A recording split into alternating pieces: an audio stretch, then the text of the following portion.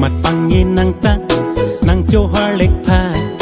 dormi nang pudong parlin pha kang nek nang kasalang may nang sekelang sengkarong ne seng kang sa sengkarong ne seng kang sa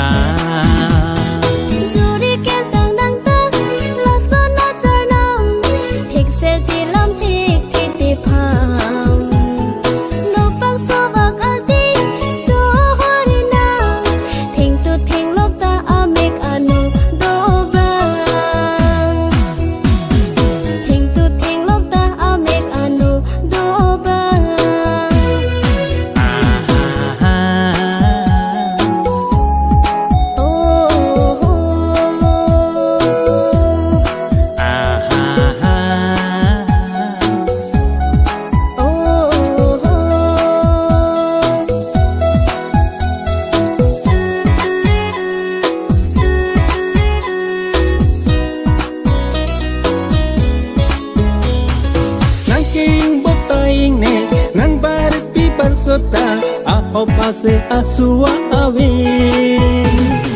nang lam kitu kedok maing samong nang lam kitu kedok maing samong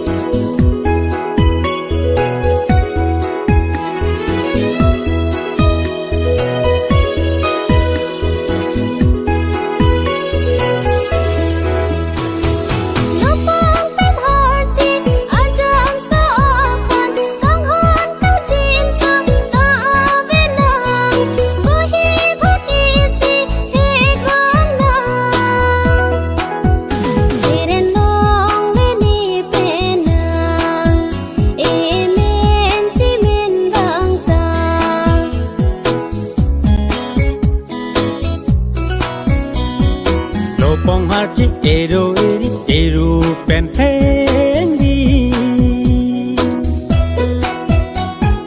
Tarnam keju bangce don kriya pike Nang penek kaco bohong rabari Nang penek kacerap seroi rabari